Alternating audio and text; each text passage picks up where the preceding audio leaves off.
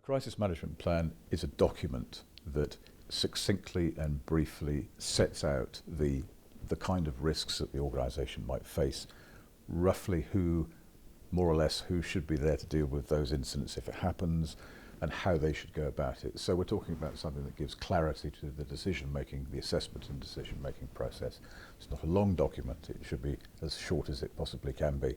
Generally it has key people, key individuals and their contact names and numbers, a rough idea as to where people would operate from, what kind of things we need to deal with which are particular to that organisation, and that's about it. But it needs to be something that is understood by all members of the crisis management team and has the clarity to be able to take them through it in times of stress.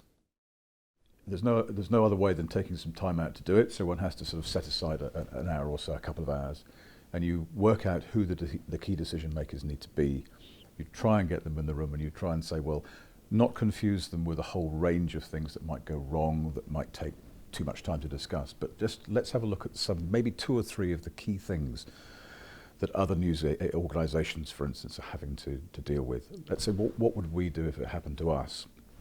And then make sure that the key decision makers in the room knew what they had to do in the first few hours of the crisis. And I would say that's the basics, that's the default setting, if you like. Very difficult to define, but I think a crisis is something that is critical to the organisation, and it depends on the organisation, the culture, the operating environment as to whether something is a crisis. But broadly speaking, if you have a process of risk management and you have measures in place to deal with the everyday risks, if something comes through, slips through that preventive net, then by definition that's a crisis. And obviously in today's environment it tends to be, not exclusively, but it tends to be terrorism, kidnap, some form of infrastructure, disaster, natural disaster.